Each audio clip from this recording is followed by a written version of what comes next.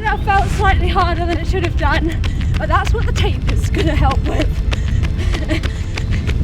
Fresh leg's going to come in clutch.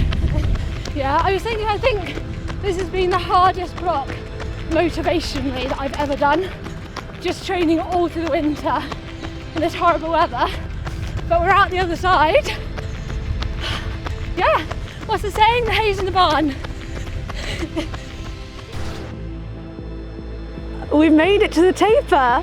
I've done a 10 to 12 week block, averaging probably like 120 kilometers a week, which is less than other blocks, but the most I could do this block.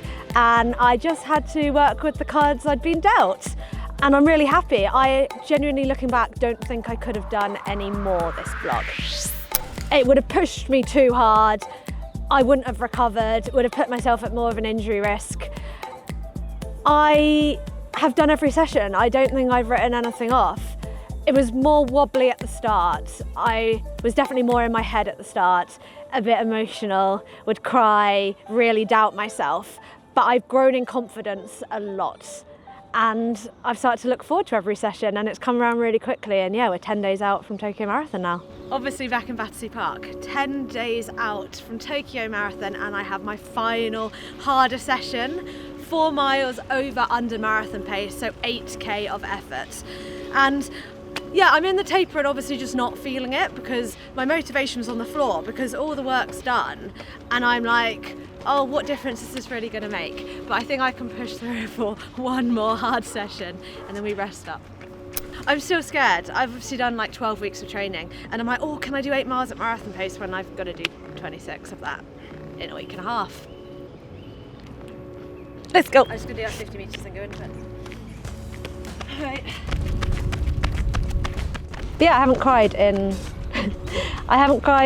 the 10-week training block I've done, and I've built more and more confidence. And I think at the start of the block I would talk to my coach Steph and I would have the attitude of, oh my gosh, I don't know if I can do that.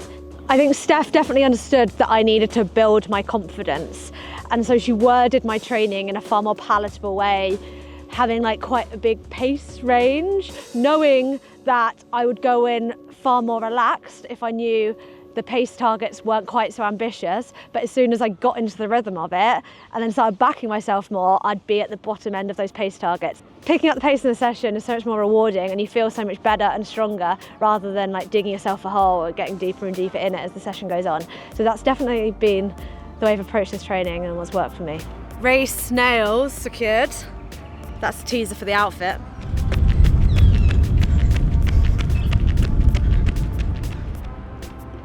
Done a lot of training with Clapham Chasers. I was doing 2 sessions a week and a long run probably. Either a Tuesday track, Thursday tempo and an easy long run at the weekend, or a Tuesday track, harder session on a Friday and then an easier long run on the Sunday. And that worked well for me. For one reason or another, I think my recovery hasn't been as good this block, and so I just haven't been able to like push the mileage as much or maybe push the paces as much as I have in the past. But genuinely I believe I've done all I possibly could, and so I can stand on that start line knowing I've given my all, and I'm actually really proud of pulling this block together because it hasn't been the easiest. It's been really hard in the weather, training over winter. It's probably like the busiest my life has ever been. I can't just eat, sleep and run, and to be honest, I'm loving how busy and how exciting my life is at the moment, and I wouldn't have it any other way. But just to, yeah, I've had to really rely on self-motivation this vlog to get me out, to make me believe in myself, to stop doubting myself. Well, I think Farnborough Half was a good confidence booster. It just felt really good. My long runs have been simple, but I've liked them because I've been able to see progression. I did 2 really good progression runs. I did 5 by 5k progression blocks, so getting faster every 5k, and then a few weeks later I ended up doing 6 by 6k progression blocks. That was my longest run, 38k in the bag. And just to be able to hold the same pace for almost less effort than I did for the 5 times 5k block, that was a really big confidence booster. Yeah, whether I've got a bit faster, I don't know, but it's definitely feeling much easier now, marathon pace, than it did at the start. I guess I have got faster. I definitely have. Oh, you got the grimace! One more mile!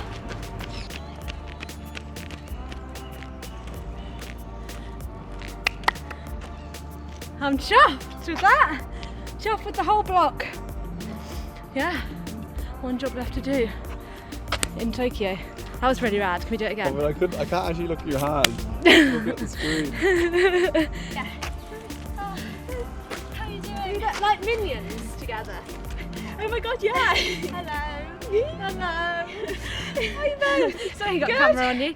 Good, Oh I my get God. to Tokyo at the weekend. Oh my god, that's so exciting. I I can't know. believe how quickly it's come round. I know. I feel like because it's the start of March, you know, like when you think of most marathons, like, you know, like Paris, Boston, they're all April, but this And is the like end of start April. March. Yeah, exactly. But yeah. How are you feeling?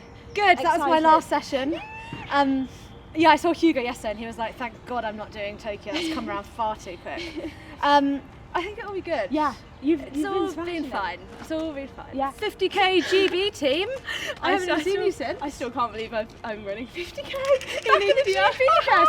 Yeah, like Out who of all the thought? places. Who thought? I know where will be really good for a road 50k. I know. New Delhi. Like literally, like it starts at 4 AM and the sun doesn't rise until 7. The whole thing is going to be in the dark. When I started running and when I started getting good at running, I would thrive because the only pressure I had was pressure I put on myself, and I just wanted to prove to myself that I can do things, and that's the best way to be a good runner. If you're trying to prove things to other people, I don't think that is deeply enough motivation.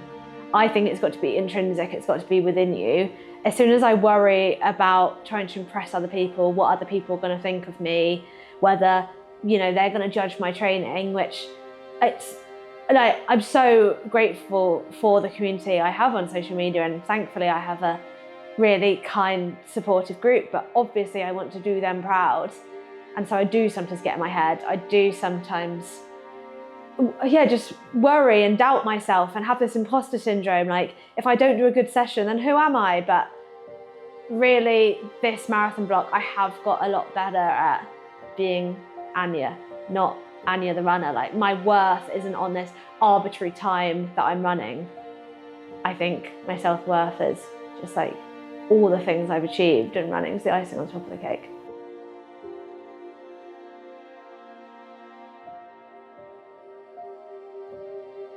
I'll be in Tokyo when this is live. That's mad. I'll actually be like filling up my bottles, pinning my bib on my vest. Yeah, last movements before start line. I guess there's nothing else I can do now. Just go out there, have fun. The marathon is the icing on the top of the cake. Shout out to anyone else also going to be running the streets of Tokyo. Best of luck. Wishing myself good luck too. I think we're all going to have the races of our lives.